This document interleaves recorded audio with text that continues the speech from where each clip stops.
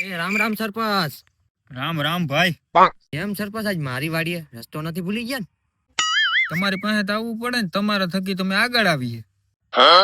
એ બધી વાત તો તમારી હાચી છે સરપંચ, પણ આ વખતે તમે મારી પાસે જ મતની આશા ના રાખતા. અરે હું સરપંચ છું એનું મને કોઈ જાતનું અભિમાન નથી વડીલ. સરપંચ એ બધી વાત તમારી હાચી, પણ આ વખતે હું મત તમને નહીં દઉં. મેં તમને કેટલા ફોન કર્યા પણ તમે કોઈ દી ઉપાડ્યો, અને મારું એક એવું કામ નથી કે તમે કર્યું હોય. અરે ભાઈ તું ઈ 5 વર્ષ ભૂલી જાય ને આ 5 વર્ષ મને દે, અને પછી તું જોઈ લે તારું એકય કામ ન થાય તો મને કહેજે તું. એ તમે જે કયો એ, પણ આ વખતે મારે તમને મત દેવો જ નથી. શોખીન શોર્ટ વાત. અરે ભાઈ આ વખતે મને તમે જીતાડો એમાં તમને ઘણો બધો ફાયદો છે. મારે પણ તમને મત જ નથી દેવું. તમે આ પૈસા દઈને મારો મત ખરીદવા માંગો છો? અરે સરપંચ, હું ઈમાનદાર માણસ હું. પૈસા તો આજ છે ને કાલ નથી સરપંચ. પૈસા હાથનો મેલ હે.